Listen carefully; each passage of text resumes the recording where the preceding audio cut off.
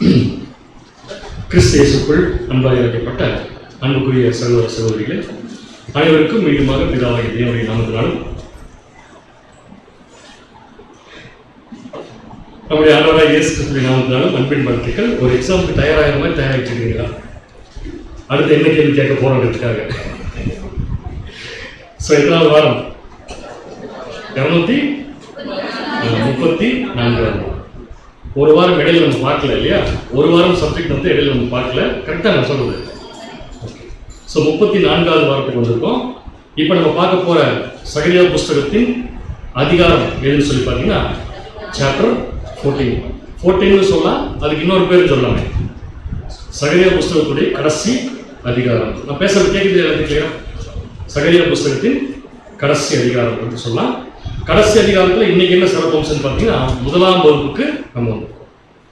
Background நமக்கு நல்லாவே தெரியும், நல்லா ஸ்பீடா போகலாம். இஸ்ரேல் ஜனங்கள் ஆலயம் கட்டி கொண்டிருக்கும் போது, ஆலயம் கட்டிட்டு இருந்த இஸ்ரேல் ஜனங்களை அஷூரன்ஸ் கொடுக்கறதுக்காகவும் என்கரேஜ் பண்றதுக்காகவும் ஆசீர்வாதம் கொடுப்பதற்காகவும் அனுப்பப்பட்ட தீர்க்கதரிசி தான் சகரியா. அந்த சகரியா இஸ்ரேல் ஜனங்களுக்கு என்னென்ன தீர்க்கதரிசனங்கள் சொன்னாரோ அது எல்லாத்தையுமே நம்ம வாழ்க்கையோட கம்பேர் பண்ணி பார்த்திருக்கோம். உலகத்தின் கடைசி காலத்துல இருக்கிற இஸ்ரேல் ஜனங்கள் வாழ்க்கையோடையும் கம்பேர் பண்ணி பார்த்திருக்கோம். அந்த அடிப்படையில சகரியா புஸ்தகத்தை நம்ம 4 பிரிவாக பிரிச்சோம். அதுல இப்ப 4வது பிரிவுல நம்ம இருக்கோம், கடைசி பிரிவில் நம்ம இருக்கோம். அந்த கடைசி பிரிவுடைய சிறப்பம்சம் என்னன்னு பாத்தீங்கன்னா, அதுவும் இஸ்ரேல் ஜனங்களுக்கு தேவன் சகரியா மூலம் ஒரு என்கரேஜ்மெண்ட் கொடுக்கறதுக்காக தான் சொன்னாரு. ஆனா மற்ற 3 பகுதிகள், முதல்ல பார்த்த 3 பகுதிகளை விட 4வது பகுதியின் சிறப்பம்சம் என்னன்னு சொல்லி பார்க்கும்போது, இந்த 4வது பகுதி பொருளா எங்க வருதுன்னு பாத்தீங்கன்னா ஒன்லி கடைசி காலம், அதாவது நம்முடைய ஆண்டவராகிய இயேசு கிறிஸ்துவின் 2ஆம் வருகையின் காலத்துக்கு மட்டும் தான் சூட்டாங்க. ஆனா இதுக்கு முன்னாடி பார்த்த 3 பிரிவுகளும் இயேசு கிறிஸ்துவின் முதல் வருகைக்கு சூட்டாகும், 2ஆம் வருகைக்கு சூட்டாகும் பார்த்தோம். அதெல்லாம் வசனத்தில் நம்ம கிளியரா பார்த்துட்டோம். அப்ப 4வது பகுதியில் மட்டும் என்ன சிறப்பம்சம், என்ன என்கரேஜ்மெண்ட் அவங்களுக்கு தேவன் கொடுத்தாருன்னா, மேசியா அப்படிங்கிற ஒருத்தர் வந்து இந்த தேசத்தை எப்படி மாத்த போறார் அப்படிங்கிறத பத்தின ஆசீர்வாதத்தை கொடுத்தாரு. அப்படின்னு என்ன புரிஞ்சுக்கலாம்? இப்ப நம்ம பார்க்க போற இந்த பகுதியில 14ஆம் அதிகாரம், இதுக்கு முன்னாடி பார்த்த 13ஆம் அதிகாரம் எல்லாமே என்ன சொல்லுதுன்னு பாத்தீங்கன்னா, தேசமும் மாறப்போகுது, ஜனங்களும் மாறப்போறாங்க. எந்த தேசம், எந்த ஜனங்கள்? ஒன்லி இஸ்ரேல் ஜனங்கள், யூத ஜனங்கள். அவங்களுடைய தேசமும் ஒரு டிவைன் கண்டிஷனுக்கு மாறப்போகுது, ஜனங்களும் என்ன பண்ண போறாங்கன்னா டிவைன் கண்டிஷனுக்கு மாற போறாங்க. அப்ப பரிசுத்த நிலைமைக்கு மாற போறாங்கனாலே அவங்க ஆரம்ப காலத்துல இருந்து என்ன நிலைமையில இருந்துருக்கணும்? ஒரு அசுத்தமான நிலைமை, அதாவது விக்கிரகாராதனை செய்து கொண்டிருக்கணும். கடைசி காலத்துல அவங்க விக்கிரகாராதனை செய்யறதுக்கு வாய்ப்பு இருக்கான்னு இருக்கு. என்னன்னு கேட்டீங்கன்னா, விக்கிரகத்தை மட்டும் மாத்திருக்காங்க, அவ்வளவுதான். அங்க வந்து பாகால வணங்கிட்டு இருந்தாங்க. இப்ப கடைசி காலத்துல எதை வணங்கிட்டு இருக்கான்னு பார்த்தீங்கன்னா, அவருடைய ஆயுதங்களை அவங்க வந்து பெருசா நினைச்சு வணங்குறாங்க. அப்ப எப்ப ஒரு விக்கிரகம் அப்படின்னு ஒரு பொருள் வரும்னா, ஒரு பொருளை நம்ம தேவனோட பெருசா நம்பணும்னா அது ஆட்டோமேட்டிக் என்ன ஆயிடும்? விக்கிரகம். அப்ப இஸ்ரேல் ஜனங்களுக்கு இப்ப எது விக்கிரகம்? இப்ப அவங்க பெருசா நினைக்கிற அவங்களுடைய ஆயுதங்கள், திறமை, அவங்க இன்ஃபுளுன்ஸ், இது எல்லாமே அவங்களுக்கு விக்கிரகமா இருக்கிறப்ப, இந்த விக்கிரகாரத்திலிருந்து அவங்க எடுத்து போட்டு அவங்க சுத்தப்படுத்துற ஒரு ப்ராசஸ் தான் நம்ம பார்த்துட்டு இருக்கிறோம். இவங்க சுத்தமானதான் உலகமே சுத்தமாகும். ஏன்னா உலகத்தை சுத்தப்படுத்தக்கூடிய குரூப் யாருன்னு பார்த்தீங்கன்னா இவங்க தான். அப்ப இவங்களுக்கு என்ன ஒரு சுத்தத்தை தேவன் கொடுக்குறாரு அப்படிங்கிறத நம்ம 13ஆம் அதிகாரத்துடைய கடைசி பகுதியிலிருந்து நம்ம ஒரு பாட்டு வடிவில் பார்த்துட்டு இருக்கோம். ஒரு சாங் இல்ல, இது ஒரு பாட்டு. இந்த பாட்டுல எத்தனை பேராகிராஃப் இருக்கு? 3 பேராகிராஃப் இருக்கு. கரெக்ட். அந்த 3 பேராகிராஃப்க்கு என்ன பேரு?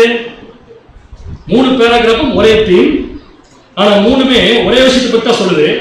ஆனா 3 விஷயமும் ஒரே மியூசிக்ல தான் பாடப்படுது. ஆனா 3 விஷயத்திலும் ஒரு சின்ன சின்ன மாறுபாடுகள் இருக்கு. இந்த 3மே யாரை பத்தி பாத்தீங்கன்னா மீந்திருப்பவர்கள். சரியான பாயிண்ட். மீந்து இருக்கக்கூடிய குரூப், ரெமனன்ட் அப்படின்னு சொல்லியிருக்கு. அந்த குரூப் பத்தி தான் தேவன் பாடியிருக்காரு, பாட வச்சிருக்காரு சகரியா மூலம். அது எங்க இருந்து ஆரம்பிக்குதுன்னு பாத்தீங்கன்னா 13ஆம் அதிகாரம் 7ஆம் வசனத்திலிருந்து, மறந்துடக்கூடாது. சகரியா 13ஆம் அதிகாரம் 7ஆம் வசனத்திலிருந்து 14ஆம் அதிகாரம் 2ஆம் வசனம் வரைக்கும் ஒரு பாட்டு வடிவில் எழுதப்பட்ட தீர்க்க தரிசனம். ஏன் கேட்டா, இது அதிகபட்ச சந்தோஷம் உள்ள இருக்கு. யாருக்குன்னு கேட்டீங்கன்னா இஸ்ரேல் ஜனங்களுக்கு இருக்கு அப்படின்னு பார்த்தோம். அப்போ ஒரு பாட்டுனாலே அந்த பாட்டுல வரிகளை மாத்தி மாத்தி போட்டாலும் தீம் என்னாகாது? மாறாது. அப்ப இந்த 14ஆம் அதிகாரத்திலையும் 13ஆம் அதிகாரத்திலையும் இஸ்ரேல் ஜனங்களுக்கு தேவன் கூடிய ஹோப், நம்பிக்கை, என்கரேஜ்மெண்ட் பாடல் வழியில சொல்றப்ப, அந்த பாடல் வழியில யாருக்கு சூட் ஆகுது பாத்தீங்கன்னா மீந்து இருக்கிற குரூப் மட்டும் தான் சூட் ஆகும். அந்த மீந்து இருக்கிற குரூப் தான் இந்த பாட்டுக்கு ஒரு தீம். அந்த தீம்ல என்னென்ன விஷயங்கள் உள்ளடக்கி இருக்கு அப்படின்னு பார்த்தோம்னா, ஃபர்ஸ்ட் பாயிண்ட், மேய்ப்பனை வெட்டுவேன். அப்ப என்ன ஆகும்? ஆடுகள் சிதறி போகும். எல்லாமே சிதறி போயிருமா? இல்ல இல்ல, மூன்றாவது பங்கு மீதி. அந்த மூன்றாவது பங்கு என்ன பேரு? மீந்து இருக்கிறவர்கள். சோ அந்த மீந்து இருக்கிறவர்கள் தேவன் என்ன பண்ணுவார் அப்படின்னா, அவங்க நகரத்தை விட்டு அறுப்புண்டு போவதில்லை. இது என் ஜனம் என்று நான் சொல்லுவேன். அதோட முக்கியமான விஷயம், அவங்க நான் என்ன பண்ணுவேன்? புட வேண்டும். என்ன அர்த்தங்க? சுத்தப்படுது. அப்ப அவங்க எதுல இருக்காங்க? என்ன அசுத்தம்? விக்கிரகாரன்னா தேவனோட எல்லாத்தையும் பெருசா நினைக்கிறாங்க. தேவனை பெருசு நினைக்கும் போது தான் ஜெயிப்பாங்க. அதான் பாயிண்ட். ரைட். அப்படின்னா இந்த 13ஆம் அதிகாரத்துடைய பாட்டு, அதாவது பாட்டு ஆரம்பிக்கிற இடம் எதுன்னு சொல்லி பாத்தீங்கன்னா 13ஆம் அதிகாரம் 7ஆம் வசனம். முடிகிற இடம் எது? 14:2. எத்தனை பேராகிராஃப்? 3 பேராகிராஃப். யாரை பத்தினதா? மீண்டு இருக்கிறவர்களை பத்தி 3 பேராகிராஃப்ல என்ன வித்தியாசம் இருக்கு? முதல் பேராகிராஃப் மீண்டு இருக்கிறவர்கள் ஒரு குரூப் இருக்காங்கன்னு சொல்றது. இரண்டாவது மீண்டு இருக்கிறவர்களை காப்பாற்றுவேன்னு சொல்றது. மூணாவது மீண்டு இருக்கிறவர்களை சுத்தப்படுத்துவேன்னு சொல்றது. இந்த 3 தீமை உள்ளடக்கிய பாட்டை தான் பார்த்துட்டு இருக்கோம். அதுல 2 பேராகிராஃப் முடிச்சாச்சு. எத்தனாவது பேராகிராஃப் போக போறோம்? 3வது பேராகிராஃப் போக போறோம். சோ முதல்ல ஆரம்பிக்கலாம் பாட்டை. ஃபர்ஸ்ட் தீம் என்ன? மீண்டு இருக்கிறவர்கள் ஒரு குரூப் இருக்காங்க அப்படின்னு சொல்றாரு. அது என்ன அழகா அவர் சொன்னாருன்னு பாத்தீங்கன்னா வாசிக்கலாம். சகரியா 13ஆம் அதிகாரம் 7ஆம் வசனம். சகரியா 13ஆம் அதிகாரம் 7ஆம் வசனம். பட்டயமே என் மேய்ப்பன் மேலும் என் தோழனாகிய புருஷன் மேலும் எழுந்து என்று சேனைகளின் கர்த்தர் சொல்லுகிறார். மேய்ப்பனை வெட்டு, அப்பொழுது ஆடுகள் சிதறி போகும். அப்பொழுது ஆடுகள் கம்ப்ளீட்டா சிதறி போகும். ஆனாலும் என் கரத்தை சிறுவர் மேல் திரும்ப வைப்பேன். யார் மேல் வைப்பேன்? அந்த சிறுவருக்கு என்ன பேர்? இப்ப மீண்டு இருக்கிறார். இப்ப இந்த கொஸ்டின், இந்த வசனம் நம்முடைய ஆண்டவராகிய இயேசு கிறிஸ்துவை பத்தினதா வேற யாராவது பத்தினதா? எப்படி சொல்றீங்க? மேய்ப்பன். அப்புறம் இன்னொன்னு போட்டிருக்குது, தோழனாகிய புருஷன். அப்ப இயேசு கிறிஸ்து இதை குறிக்கும்னா, இயேசு கிறிஸ்துக்கு எதுக்கு 2 டைட்டில்? மேய்ப்பன் ஒரு டைட்டில் இருக்கு, தோழனாகிய புருஷன் அப்படின்னு ஒரு டைட்டில் இருக்கு. எதுக்கு ஒருத்தருக்கு 2 டைட்டில்? அது ஒரே இடத்துல நிலைமை மறந்துட்டீங்க. Relationship with God, relationship people. இயேசு கிறிஸ்து 2ஆம் வருகையில் வரும்போது தேவனோட என்ன ரிலேஷன்ஷிப் இருக்காரு? இஸ்ரேல் ஜனங்களோட எந்த ரிலேஷன்ஷிப் இருக்காரு? இப்ப நீங்க சொல்லுங்க பார்க்கலாம். இஸ்ரேல் ஜனங்களோட இயேசு கிறிஸ்து 2ஆம் வருகையில் வந்து எந்த உறவு முறையில் இருக்காரு? மேய்ப்பன். இருந்தாலும் அவர் தேவனுக்கு யார் தான்? தோழனாகிய புருஷன். இதுக்கெல்லாம் நம்ம விளக்கம் போன வாரமே பார்த்துட்டோம். சோ இந்த மேய்ப்பனை தேவன் எதுக்கு ஒப்பு கொடுக்கிறாருன்னா, வெட்டுவதற்கு ஒப்பு கொடுக்கிறாரு. அப்படி வெட்டும் போது எது சிதறி போகுமாமா? ஆடுகள். எத்தனை பங்கு சிதறி போகும்? 2 பங்கு. அப்ப 1 பங்கு மீண்டு இருக்கும். அவர்களை தேவன் என்ன பண்ணுவாரு? இதெல்லாம் நடக்கும்னா மேய்ப்பனை வெட்டித்தான் ஆக வேண்டும். மீண்டு இருக்கிறவர்கள் வெளியே வரணும்னா மேய்ப்பனை வெட்டித்தான் ஆக வேண்டும். சோ மேய்ப்பனை வெட்டுதல் என்றால் என்ன? ஸ்மிட்டிங் ஆஃப் திஸ் ஷெப்பர்ட். மேய்ப்பனை வெட்டுதல் என்றால் என்ன? கத்தி எடுத்து மேய்ப்பனை வெட்டுவது. அவரை ரிஜெக்ட் பண்றது, மேசியாவை ஏற்றுக்கொள்ள முடியாத ஒரு நிலைமை. சோ மேய்ப்பனை வெட்டுறதுங்கிறது மேய்ப்பன் இயேசு கிறிஸ்துனா, வெட்டுறது இஸ்ரேல் ஜனங்கள்னா, இஸ்ரேல் ஜனங்கள் இயேசு கிறிஸ்துவ 2ஆம் வருகையில் மட்டுமே வெட்ட போறாங்க. எப்ப இருந்து வெட்ட ஆரம்பிச்சிட்டாங்க? முதல் வருகையில ஸ்டார்ட் பண்ணி 2ஆம் வருகை வரைக்கும் என்ன பண்ணிட்டு இருக்காங்க பாத்தீங்கன்னா வெட்டிட்டா இருக்காங்க. அப்படி வெட்டனாலதான் ஆடுகள் என்ன ஆயிடுச்சுங்க? சிதறி போயிடுச்சு. புரியுது உங்களுக்கு? ஆடுகள் சிதறி போயிடுச்சு. சிதறி போன ஆடுகளை நாம் எத்தனையாக பிரிக்கலாம்? இயேசு கிறிஸ்துவின் 2ஆம் வருகையில 3ஆக பிரிக்கலாம். எப்படி பிரிக்கலாம்? 1 தேசத்தில் இருப்பவர்கள், இன்னொன்று தேசத்துக்கு வரவர்கள், 3வது இந்த 3 பேருக்கு என்ன பேரு? இஸ்ரேல் ஜனங்கள். கரெக்ட். இதுல எது மீண்டு இருப்பவர்கள்? 3ஆவதா இருக்கு. தேவன் யாரை காப்பாற்ற போறாரு? யாரை சுத்தப்படுத்த போறாரு? ஆனா வெட்டுறது யாரு? எல்லாருமே. புரியுது உங்களுக்கு? மேய்ப்பனை வெட்டுறது எல்லாருமே. ஆனா தேவன் யாரை காப்பாத்துறாருன்னு பாத்தீங்கன்னா மீண்டு இருக்கிறவர்கள். சோ மீண்டு இருக்கிறவர்களை காப்பாத்தி என்ன பண்ண போறார்? சுத்தப்படுத்த போறார். எப்படி சுத்தப்படுத்துவாரு? நம்மளை எப்படி படுத்துறாரு? அந்த மாதிரிதான். நம்மளை எப்படி சுத்தப்படுத்துறாரு? அப்படித்தான் மாற்றி சொல்லிட்டாரு. நம்மளை எப்படி சுத்தப்படுத்துறாரு? ஐஸ் வாட்டர்ல ஃப்ரிட்ஜில் உட்கார வச்சு ஏசி ரூம்ல வச்சா சுத்தப்படுத்துறாரு. நம்மள என்ன பண்றாரு? நெருப்பு தான். இது இந்த பார்ட்டினுடைய 2வது பேராகிராஃப். கரெக்டா? 2வது பேராகிராஃப் வாசிக்கலாம் பாருங்க. சகரியா 13ஆம் அதிகாரம் 9ஆம் வசனம். சகரியா 13ஆம் அதிகாரம் 9ஆம் வசனம். அந்த 3ஆம் பங்கை நான் அக்கினிக்கு உட்பட பண்ணி. எந்த 3ஆம் பங்கை? மீண்டு இருக்கிற அந்த 3ஆம் பங்கை மட்டும்தான் நான் என்ன பண்ண போறேன்ட்டாரு? சுத்தப்படுத்த போறேன்ட்டாரு. எப்படி சுத்தப்படுத்த போறாருமா? அக்கினிக்கு உட்பட பண்ணி. வெள்ளியை உருக்குகிறது போல அவர்களை உருக்கி. வெள்ளியை உருக்குகிறது போல அவர்களை என்ன பண்றேன்? உருக்கி. பொன்னை புடமிடுகிறது போல அவர்களை புடமிடுவேன். புடமிடுவேன். அவர்கள் என் நாமத்தை தொழுது கொள்வார்கள். அந்த புடமிடல் முடிஞ்சதுக்கு அப்புறம் தான் தேவனை முற்றிலும் அவங்க என்ன பண்ணுவாங்க? தொழுது கொள்வாங்க. அது வரைக்கும் யார் தேவனை வச்சிருப்பாங்க? சொல்றது புரியுது? அது வரைக்கும் யார் தேவனை வச்சிருப்பாங்க? அவங்களுடைய ஆயுதங்கள், விக்கிரகங்கள் வச்சிருப்பாங்க. அடுத்தது, நான் அவர்கள் விண்ணப்பத்தை கேட்பேன். நான் அவர்களுடைய விண்ணப்பத்தை கேட்பேன். இந்த நான் பேசிட்டு இருக்கிறது யாருங்க? பிதாவாகிய தேவன். அவர்களுடைய விண்ணப்பத்தை கேட்பேன். இது என் ஜனம் என்று நான் சொல்லுவேன். இது என் ஜனம் என்று நான். அப்ப தேவன் இஸ்ரவேல் ஜனங்களை என் ஜனங்கள்னு சொல்லக்கூடிய ஒரு காலப்பகுதி வரப்போகுது. கர்த்தர் என் தேவன் என்று அவர்கள் சொல்லுவார்கள். சோ இந்த process எல்லாமே யாருக்கு? இது பாட்டுல எத்தனாவது பேராகிராஃப்? 2வது பேராகிராஃப் வெச்சுக்கலாமா? அப்ப 3வது பேராகிராஃப் எங்க போறோம்னா 14ஆம் அதிகாரத்துக்குள்ள போறோம். சோ 14ஆம் அதிகாரத்துல நம்பர் படி 3வது பேராகிராஃப் இருந்தாலும் ஆர்டர்ல எத்தனாவது பேராகிராஃப் பாத்தீங்கன்னா 2nd பேராகிராஃப். ஃபர்ஸ்ட் பேராகிராஃப் மீந்திருக்கிறவர்கள் இருக்கிறாங்கன்னு சொல்றது. 2nd பேராகிராஃப் மீந்திருக்கிறவர்களை காப்பாற்றுன்னு சொல்றது. 3rd பேராகிராஃப் மீந்திருக்கிறவர்களை சுத்தப்படுத்துன்னு சொல்றது. இது எந்தெந்த பேராகிராஃப் முடிஞ்சிருக்கு? ஃபர்ஸ்ட் அண்ட் 3rd முடிஞ்சது. எது பேலன்ஸ் இருக்கு? 2nd பேலன்ஸ் இருக்கு. 2nd என்ன? மீந்திருக்கிறவர்களை காப்பாற்றுவது. வாசிக்கலாம். சகரியா 14ஆம் அதிகாரம் 1ஆம் வசனம் 2ஆம் வசனம். சகரியா 14ஆம் அதிகாரம் 1-2 வசனங்கள்.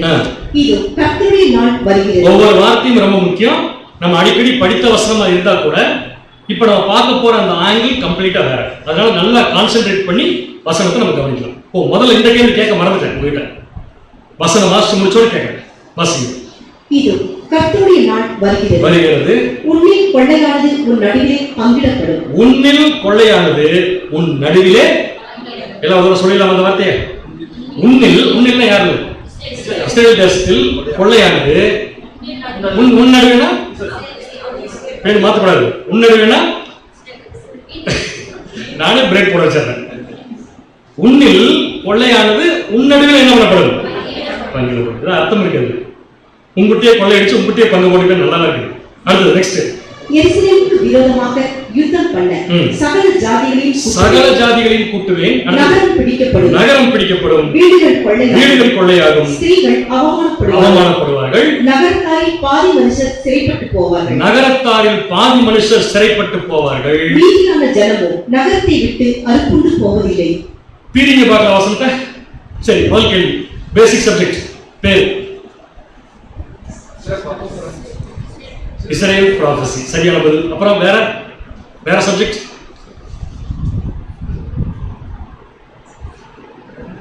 இரண்டாம் வருகை. Okay, correct. வேற ஏதாவது? போதும். அர்மகதம். ஓகே, எல்லாம் சரியான பதில் தான். சோ இப்ப இதுல என்ன கேள்வி பாத்தீங்கன்னா, இந்த இடத்துல சகல ஜாதிகளையும் கூட்டுவேன்னு சொல்லியிருக்காரு. இந்த விஷயம் யாருக்கு? காப்பாற்றுவேன்னு சொல்லியிருக்காரு. அந்த விஷயம் யாருக்கு? இந்த வசனத்துல 2 குரூப்புமே இருக்காங்க. யார் யார்? மீதியானவர்களும் இருக்காங்க, மீந்திருப்பவர்களும் இருக்காங்க. அதே சமயத்துல யார் யாரெல்லாம் சிதறிக்கப்பட போறாங்களோ அவங்களும் இருக்காங்க. எங்க இருக்காங்க? சிதறிக்கப்படுறவங்க எங்க இருக்காங்க? எந்த பாயிண்ட்? யுத்தம். இது வசனம். எருசலேமுக்கு விரோதமா யுத்தம் பண்ண கூட்டுவேன். அதுல எத்தனை பங்கு இருப்பாங்க? 3 பங்கு இருப்பாங்க. 3 பங்கு இருப்பாங்க. அடுத்தது நகரம், வீடுகள், ஸ்திரீகள். இவங்கள யாரு? 2 குரூப். மீதி இருக்கிற காப்பாற்றுற குரூப் யாரு? நகரத்தாரில் பாதி மனுஷர் சிறைப்பட்டு போவார்கள். மீதியான ஜனமோ நகரத்தை விட்டு என்ன பண்ண போறதில்ல. இது படிக்கிறப்ப சந்தோஷமா இருக்கா பயமா இருக்கா? இஸ்ரேல் ஜனங்களுக்கு கேட்கிறேன். ஏன்னா இஸ்ரேல் ஜனங்களுக்கு பாடின பாட்டு தான் இது. பாட்டுனாலே கண்டிப்பா என்ன இருக்கிறது? ஒரு சந்தோஷம் இருக்கு. அப்ப இந்த பாட்டு சந்தோஷமா பாடுற மாதிரி இருக்கா சோகமா பாடுற மாதிரி இருக்கா? பாட்டு பாருங்க, கண்டுபிடிச்சிடலாம். சோகமா இருக்கு. அப்ப உங்களுக்கு யார பிடிச்சிருக்கு? சோகமா இருக்குன்னு சொல்லி உங்களுக்கு யார் பிடிச்சிருக்குன்னு அர்த்தம்? நகரத்தாரில் பாதி மனுஷர். மீந்திருக்கிற குரூப்புக்கு என்ன சந்தோஷம்? என்ன சந்தோஷம் இருக்கு வசனத்துல? கர்த்தருடைய நாள் வருகிறது. உன்னில் கொள்ளையானது உன் நடுவில் என்ன பண்ணப்படும்? என்ன அருமையா கமெண்ட்ரி கொடுத்திருக்காங்கன்னா, இது ஒரு எக்காலங்களின் ஆரவாரம் கொடுத்திருக்காங்க. அதாவது எக்கால சத்தத்தோட போடக்கூடிய ஒரு ஆரவாரம். ஆரவாரம் எக்காலம் வித் சாங் வந்துச்சுனாலே அது மிகப்பெரிய சந்தோஷத்தை வெளிப்படுத்தி காட்டக்கூடிய ஒரு நிகழ்ச்சி. அப்ப என்ன சந்தோஷம் இஸ்ரேல் வரப்போகுதுன்னா, கர்த்தருடைய நாள் வரப்போகுதுன்னு அர்த்தம். சோ அந்த கர்த்தருடைய நாள்ல இஸ்ரேல் ஜனங்களுக்கு வெற்றியும் வரப்போகுது. அந்த வெற்றி நினைச்சு அவங்க பாடுறாங்க. அந்த பாட்டு எப்படி இருக்கு பாத்தீங்கன்னா, எக்காலங்களில் ஒரு ஆரவாரம் மாதிரி இருக்கு. எந்தெந்த வசனம் பாத்தீங்கன்னா, முதல் 2 வசனம், 14ஆம் அதிகாரத்துடைய முதல் 2 வசனம். சோ என்ன சந்தோஷம் இஸ்ரேல் ஜனங்களுக்கு வரப்போகுது அப்படின்னா வேற ஒண்ணுமே இல்லை. இதுதான் சகரியா 14:1 முதல் பகுதி பாத்தீங்கன்னா, இதோ கர்த்தருடைய நாள் வருகிறது, உன்னில் கொள்ளையானது உன் நடுவிலே. அப்ப இஸ்ரேல் ஜனங்களுக்கு என்னமோ கிடைப்பது, அதான் சந்தோஷம். அதுதான் சந்தோஷங்களின் ஆரவாரம். அதுல முதல் பாயிண்ட் என்ன, கர்த்தருடைய நாள் வருகிறது. கர்த்தருடைய நாள் வந்துச்சாலே அவங்களுக்கு என்ன கிடைச்சிருமா, உன்னில் கொள்ளையானது உன் நடுவிலே பங்கிடும். இது யாருக்காவது புரியாம இருக்கா? உன்னிலே கொள்ளையானது உன் நடுவிலே பங்கிடப்படும். புரியாதுங்க யாராவது இருக்கீங்களா? இந்த வார்த்தை, இந்த ஸ்டான்ஸா, இந்த சென்டென்ஸ் நல்லா எனக்கு புரியுது. திருப்பி சொல்றேன், உன்னில் கொள்ளையானது உன் நடுவிலே பங்கிடப்படும். புரிஞ்சா? புரியல? புரிஞ்சு. என்ன என்னமோ புரிஞ்சது. அவங்க என்ன எடுத்தாங்களோ சரி பார்த்துக்கலாம். விளக்கம் இதுக்கு ரெண்டு சாய்ஸ் சொல்றேன். இந்த ஒன்னில் கொள்ளையானது அப்படிங்கிறது 2 சாய்ஸ் சொல்றேன். ஒண்ணு, கொள்ளையாகிறது இஸ்ரேலுடைய பொருட்கள். நான் பொருட்கள் சொல்றேன், அடையாள பாஷை, நீங்க திங்ஸ் நினைச்சுக்காதீங்க, உங்களுக்கு புரிஞ்சுக்கிறதுக்கா சொல்றேன். ஒன்னு இஸ்ரேலுடைய பொருட்கள், இன்னொரு சாய்ஸ் இஸ்ரேல் கொள்ளையிட்ட பொருட்கள். இந்த ரெண்டுக்கு முதல்ல என்ன வித்தியாசம் கேட்குறீங்களா? இது நான் தான் இஸ்ரேல், இது என்னுடைய பொருள், நான் தான் வாங்க, நான் தான் வச்சிருக்கேன். இன்னொரு சாய்ஸ், நான் வந்து கொள்ளையடிச்சிருக்கேன். இது ஏன் பொருளா, கொள்ளையடிச்ச பொருளா? கொள்ளைதான். அதே கொள்ளை மெதுவா வருது, கொள்ளையடிச்ச பொருள் தான் அப்படின்னு அர்த்தம்னா வேற ஒரு இடத்துல இருந்து எங்கிட்ட என்ன வச்சுக்க கொள்ளையடிச்ச மாதிரி இருக்கு. இன்னொன்னு, இவங்களுக்குள்ள என்ன நடந்திருக்குங்க, கொள்ளையடிச்ச மாதிரி இருக்கு.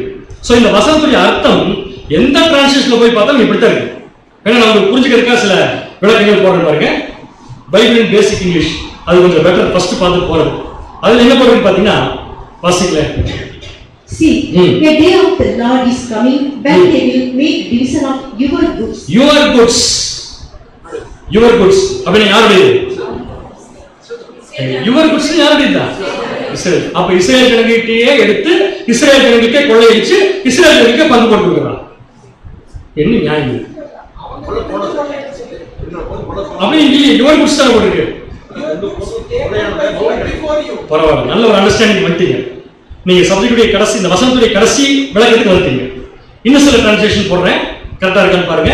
இது திருவிழிய பைபிள். இதோ ஆண்டவரின் நாள் வருகிறது, அப்போது உன்னிடமிருந்து கொள்ளையிடப்பட்ட பொருள்கள். என்னதிலிருந்து? அப்ப இந்த பொருள்கள் யார்கிட்ட இருந்தா போனது? உங்ககிட்ட இருந்து போனதுதான். இப்ப அது உனக்கு என்ன போகுது? திருப்பி கிடைக்கும். அப்ப யாருடைய பொருள் அது? அவங்க பொருள்.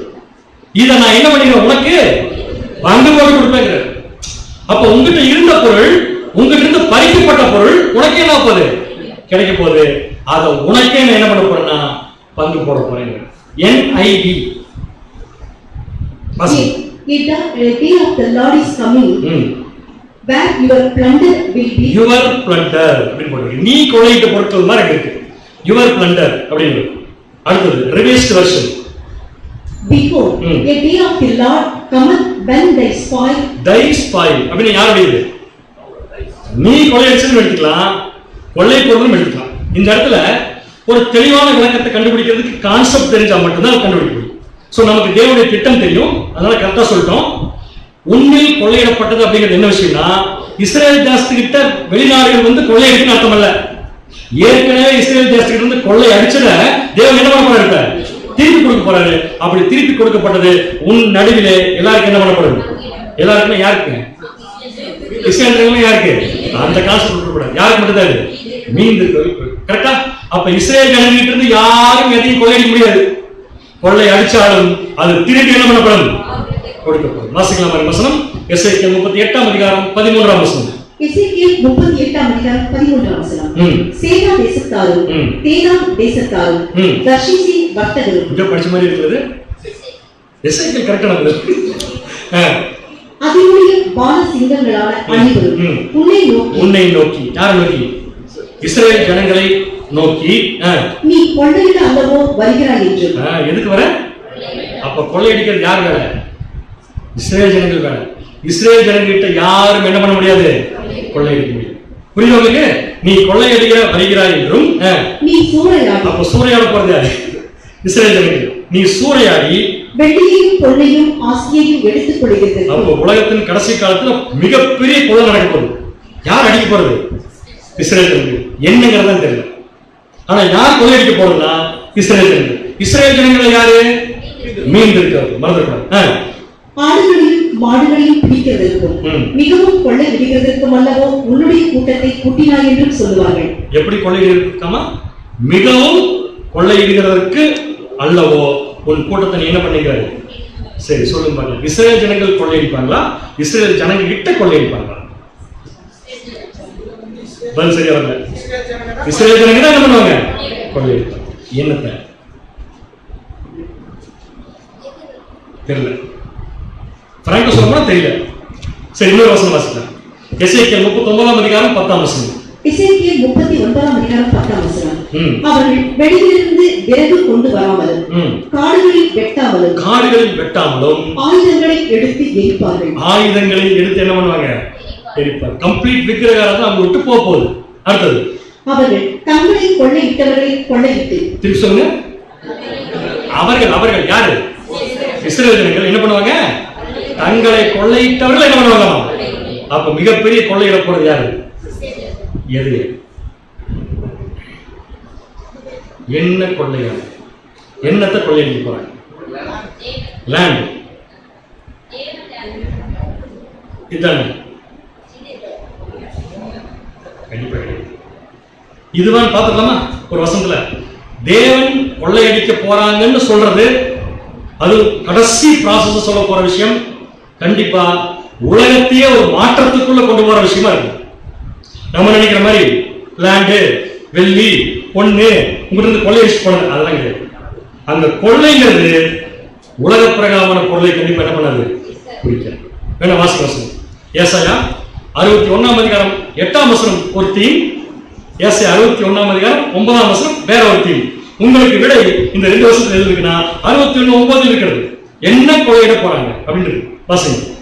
ஏசாயா 61ஆம் அதிகாரம் 8ஆம் வசனம். கர்த்தராகிய நான் நியாயத்தை விரும்பி கொள்ளை பொருளினால் விடப்பட்ட தகன பலியை வெறுக்கிறேன். அப்ப தேவன் எதை வெறுக்கிறாரு? பாதி சொல்லி தான் மாட்டிக்கிறாங்க. அங்க கொள்ளைத்தான் வசனத்தை எடுத்துக்கிறேன். நீங்க அதை விட்டீங்க. என்ன வசனம்? கொள்ளை பொருளினால் இடப்பட்ட தகன பலியை. அப்ப இஸ்ரவேல் ஜனங்கள் ஒரு பொருளை கொள்ளையடிச்சுட்டு வரத பத்தி தேவன் சொல்லியிருப்பாரா? தேவன் அதையும் என்ன பண்றாராமா? ஆனா கொள்ளையிட போறாங்கன்னு சொல்லியிருக்காரு. கரெக்டா? கொள்ளை பொருளினால் இடப்பட்ட தகன பலியை நான் வெறுக்கிறேன். நான் அவர்கள் கிரியை உண்மையாக்கி அவர்களோட நித்திய உடன்படிக்கை பண்ணுவேன். ஓகே, இப்ப சொல்லுங்க. இவங்க கொள்ளையடிக்க போறாங்கன்னு சொல்றது உலக பிரகாரமான ஆஸ்தி, சொத்து, செல்வங்களையா? அப்படி அடிச்சா கூட தேவன் வெறுக்கிறேன்னு சொல்லியிருக்காரு. அப்ப தேவனே கொள்ளையடிக்க போறாங்கன்னு சொல்றாருன்னா என்ன விடை? 9ஆம் வசனத்தில் இருக்கிறது. ஏசாயா 61ஆம் அதிகாரம் 9ஆம் வசனம். அவர்கள் சந்ததியானது ஜாதிகளின் நடுவிலும். அவர்கள் சந்ததி யாருடைய சந்ததி? இப்ப நமக்கு யார் சப்ஜெக்ட்ல? மீன் இருக்கிறது. புரியுது உங்களுக்கு? அடுத்த லைன் படிச்சிட்டீங்க. நான் சொல்றதுக்கு முன்னாடி தப்பா சொல்லிடுங்க. மீன் இருக்கிறது. சோ மீன் இருக்கிறவர்கள் சந்ததியானது ஜாதிகளின் நடுவிலும். அடுத்தது அவர்கள் சந்தானமானது. சந்தானம்னா சந்ததி, ஜெனரேஷன். அவர்கள் ஜெனரேஷன் ஜனங்களின் நடுவில் அறியப்பட்டிருக்கும். ஜனங்கள் நடுவில் அறியப்பட்டிருக்கும். ஜனங்கள் நடுவில் அறியப்பட்டிருக்கும். இப்ப ஜனங்கள்னா யார்? இடத்துல கம்ப்ளீட் உலக ஜனங்கள். சோ உலக ஜனங்கள் நடுவுல நீ என்ன பண்ணப்பட்டிருக்கோம்? அறியப்பட்டிருப்பாய். அவர்களை பார்க்கிற யாவரும். யாரை பார்க்கிற யாவரும்? மீன் இருக்கிற இஸ்ரவேல் ஜனங்களை பார்க்கிற யாவரும் அவர்கள் கர்த்தரால் ஆசீர்வாதம் பெற்ற சந்ததி என்று அறிந்து கொள்வார்கள். எல்லா உலக ஜனங்கள் என்ன பண்ணாங்க? உங்களை பார்த்து கர்த்தரால். இப்ப சொல்லுங்க, கொள்ளையடிக்காம இந்த நிலைமைக்கு அவங்க போக முடியாது. எந்த நிலைமைக்கு? எல்லா ஜனங்களும் பார்த்து ஐயோ அப்படின்னு கையெடுத்து கும்பிடுற அளவுக்கு போக முடியாது. இன்னைக்கு இஸ்ரவேல் தேசத்துல கையெடுத்து கும்பிடுறது இல்லை. அது கிளியர். சண்டைக்கு தான் தயாரா இருக்காங்க. சண்டைக்கு தயாராகக்கூடிய அத்தனை நாளும் கையெடுத்து கும்பிட போகுது. யாரு? அப்ப கொள்ளையடிக்க போறாங்க. என்னத்தை கொள்ளையடிக்க போறாங்க? அது மற்ற ஜனங்களுக்கு கொள்ளையடிக்க முடியாதுல்ல. கம்ப்ளீட் உலக ஜனங்களுடைய மனசை கொள்ளையடிப்பாங்க. எப்படி? அவ்வளவு சுத்தமாக போறாங்க. இவங்களை பார்த்துதான் எல்லா ஜனங்களும் சுத்தமா இருக்கிறது என்னங்கிறத கண்டுபிடிப்பாங்க. அந்த அளவுக்கு தேவன் இந்த மீந்திருக்கிறவர்களை கொண்டு போறாரு. இப்ப படிச்சு பாருங்க, கரெக்டா இருக்கும். உன்னில் கொள்ளையிடப்பட்டது உன் நடுவில் என்ன பண்ணப்படும்? அதாவது எந்தெந்த விஷயங்கள் உன்னை விட்டு போச்சோ, உன்னை எல்லாரும் வெறுத்தாங்க இல்லையா, உன்னை எல்லாரும் வெறுத்தாங்க அப்படின்னு உங்ககிட்ட பொருளை எடுத்தாங்க. எல்லா நாடுகளும் உங்களுக்கு எதிராக சண்டைக்கு வர போறாங்க, எல்லாரும் உங்களுடைய பொருளை எடுத்தாங்க. ஆனா நீ என்ன போற, அவங்க மனசு பூரா கொள்ளையடிச்சு உன் பக்கத்தில் இருப்பாங்க. அப்ப இந்த உலகத்திலேயே சுப்பீரியர் பீப்புள், கிறிஸ்துடைய கண்ணுக்கு தெரிய ராஜ்யங்கள் யாருன்னு பாத்தீங்கன்னா இஸ்ரேல் ஜனங்கள் தான். எப்படி இருப்பாங்கம்மா? உலக ஜனங்கள் எல்லாம் பார்த்து இவங்க தான் கர்த்தரால் ஆசீர்வதிக்கப்பட்ட சந்ததின்னு தெரிஞ்சுக்குவாங்க. அதுக்கு முன்னாடி இன்னொரு தெரிஞ்சுப்பாங்க, தேவன் யார், கிறிஸ்து யார், எல்லாத்தையும் தெரிஞ்சுக்கிட்டதுக்கு அப்புறம் தேவனுக்கும் கிறிஸ்துகிட்டையும் டைரக்டா ஆசீர்வாதத்தை வாங்கின சந்ததி வேற யாரும் கிடையாது, இஸ்ரேல் ஜனங்கள் தான். யார் தெரிஞ்சுக்குவாங்க? உலக ஜனங்கள். அப்படி உலக ஜனங்கள் தெரிஞ்சுட்டாங்கன்னா இவங்களை கையிலே நம்ப முடியாது, கையிலே நம்ப முடியாதுங்க, பிடிக்க முடியாது. வாசிக்கலாம். ஏசாயா 62ஆம் அதிகாரம் 2ஆம் வசனம் 3ஆம் வசனம்.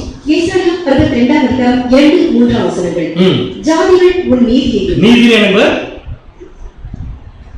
திடீர்னு கேட்ட ஒரு கேள்வி. பகீர் நைபர் சொல்லுது நீதி கேட்டேன், கீழ்ப்படுகிறது. அப்ப ஜாதிகள் உன் நீதி சொல்றது உண்மையான கடவுளுக்கு எப்படி கீழ்ப்படுகிறதுங்கிறத உங்களை பார்த்தா தெரிஞ்சு போறாங்க. சகல ராஜாக்களும் உன் மகிமையை காண்பார்கள். நீ கீழ்ப்படுறதுனால உங்கள் தேவன் உனக்கு என்ன மகிமை கொடுத்திருக்காருன்னு பார்ப்பாங்க. அடுத்தது, கர்த்தருடைய வாய் சொல்லும் புது நாமத்தால் நீ அழைக்கப்படுவாய். புது நாமத்தால் நீ அழைக்க. என்ன புது நாமம்? புது பேரு. என்ன பேரு? இப்ப நம்ம கண்டுபிடிச்சிருக்கோம். அதுக்கு என்ன பேருங்க? மீந்திருக்கிறார். அடுத்தது, நீ கர்த்தருடைய கையில் அலங்காரமான கிரீடமும், அலங்காரமான கிரீடமும் உன் தேவனுடைய கரத்தில் ராஜமுடியுமாய் இருப்பாய். உன்னை மாதிரி யாரும் இருக்க முடியாதுங்கிறத தேவன் கிளியரா ப்ராஃபிட்ஸ் மூலம் என்ன பண்ணிட்டாருன்னா சொல்லிட்டார். இப்ப நம்ம கேள்வி கேட்குமா? அப்ப உலகம் முழுக்க அத்தனை நாடுகளும் இவங்களுக்கு எதிராக சண்டைக்கு வர போறாங்க. சண்டைக்கு வந்து அத்தனை நாடுகளுமே இவங்க தான் உண்மையான கடவுளுடைய பிள்ளைகள் சொல்லி கையெழுத்து கும்பிட போறாங்க. அப்ப இந்த ரெண்டு கதையில தேவன் என்ன பண்ண போறாரு? செய்ய போறாரு. கரெக்டா? அப்ப ஏதாவது ஒரு ஜாதி இவங்களை கையெழுத்து கும்பிடாம இருப்பாங்களா? இருந்தா என்ன ஆகும்? ஏசாயா 60ஆம் அதிகாரம் 11ஆம் வசனம் 12ஆம் வசனம். ஏசாயா 60ஆம் அதிகாரம் 11, 12ஆம் வசனங்கள். உன்னிடத்துக்கு ஜாதிகளின் பலத்த சேனையை கொண்டு வரும்படிக்கும், ஜாதிகளின் பலத்த சேனை, இது ஏசாயா படிச்சுக்கலாம், இப்ப வேண்டாம். பலத்த சேனை கொண்டு வரும்படிக்கு, அவர்களுடைய ராஜாக்களை அழைத்து வரும்படிக்கும் உன் வாசல்கள் இரவும் பகலும் பூட்டப்படாமல் எப்பொழுதும் திறந்திருக்கும். அடுத்தது, உன்னை சேவிக்காத ஜாதியும், திருப்பி சொல்லுங்க, உன்னை சேவிக்காத ஜாதியும் ராஜ்யமும் அழியும். இப்ப சொல்லுங்க, எல்லா ஜனங்களும் தேவனை யார் மூலமா பார்க்க போறாங்க? அப்ப தேவனை பார்க்க முடியாம ஒரு குரூப் உலகத்தில் இருக்க மாட்டாங்க, ஒருத்தர் கூட முடியாது. அப்படின்னு என்ன அர்த்தம்? உன்னை சேவிக்காத ஜாதி ராஜ்யம் என்ன ஆயிரும்? அழிச்சிடும். அந்த ஜாதிகள் நிச்சயமா என்ன ஆகும்? இப்ப நம்ம இஸ்ரேல் ஜனங்கள் ஒரு தனி மதிப்பு மரியாதை வந்திருக்குமே. அவங்க என்னதான் தப்பு பண்ணிட்டு இருந்தாலும், என்னதான் விக்கிரகாரங்களை பண்ணிட்டு இருந்தாலும், தேவன் அதை சரி பண்ண போறார். எப்படி சரி பண்ண போறாங்கன்னா, இவங்களுக்கு எதிராக வரக்கூடிய ஜனங்களை இவங்களை பார்த்தா தேவனை தெரிஞ்சுக்கிற அளவுக்கு தேவன் என்ன பண்ண போறாருன்னா சரி பண்ண போறாரு. இதுதான் இந்த பாட்டுடைய 2வது பேராகிராஃப். என்னன்னு கேட்டீங்கன்னா, மீந்து இருக்கிற ஜனங்களை தேவன் என்ன பண்றாருன்னா காப்பாத்துறார். அப்படிங்கிற ப்ராசஸை நம்ம என்ன பண்ணிடக்கூடாதுங்க, மறந்துடக்கூடாது. ரைட்? எப்படி இந்த ப்ராசஸ் நடக்குது? சண்டை போட வரக்கூடிய நாடுகள்லாம் சண்டை போட்டு தோத்து போயிட்டு இவங்களை சேவிக்கிற அளவுக்கு எப்படி நிலைமை மாறும்? யார் மாத்துவா? எப்படி மாத்த போறார்? இதுக்கு பதில் சொல்லிடுறேன். யார் மாத்த போறது? தேவன், நம்முடைய ஆண்டவராகிய இயேசு கிறிஸ்து. அப்புறம் யூதாவின் தலைவர்கள், இதெல்லாம் ஒரு பெரிய டீம் ஒர்க் பண்ண போகுது இங்க. அப்புறம் மாறுது அது யாரு?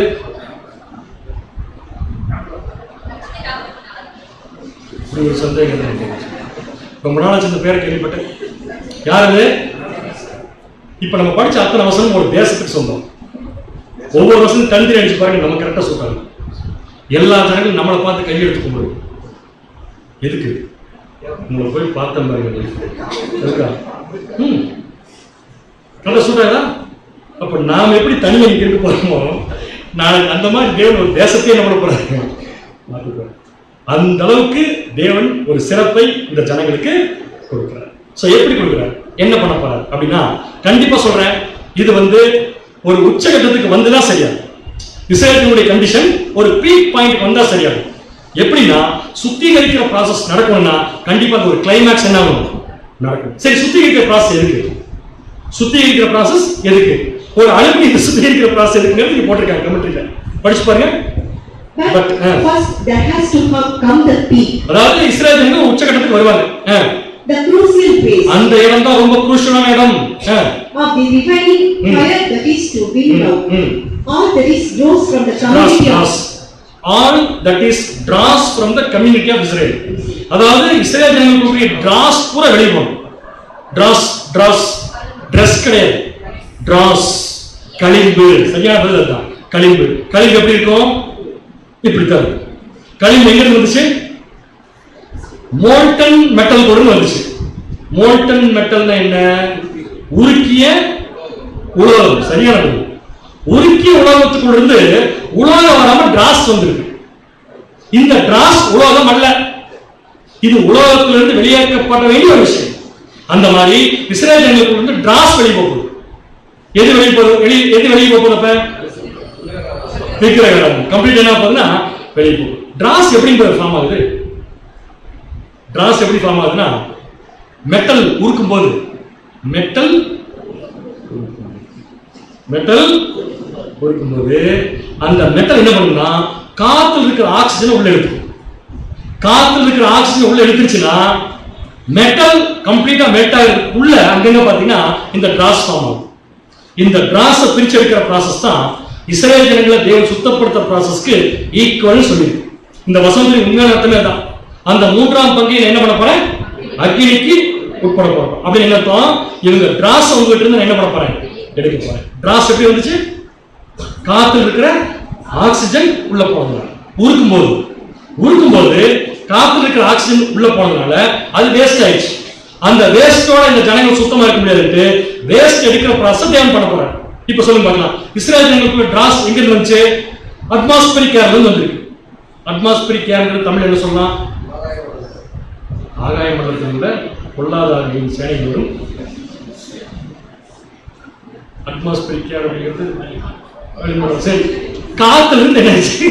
காத்து உள்ள வந்துருச்சு. எது உள்ள வந்துருச்சு? அப்ப சுத்தி இருக்கிறதுனா உலக நாடுகள். உலக நாடுகிட்ட இருந்து இந்த இஸ்ரவேல் ஜனங்கள் கற்றுக்கொண்ட தேவையில்லாத விஷயங்களை பூரா தேவன் என்ன பண்ண போறாங்க? எது இப்ப எது?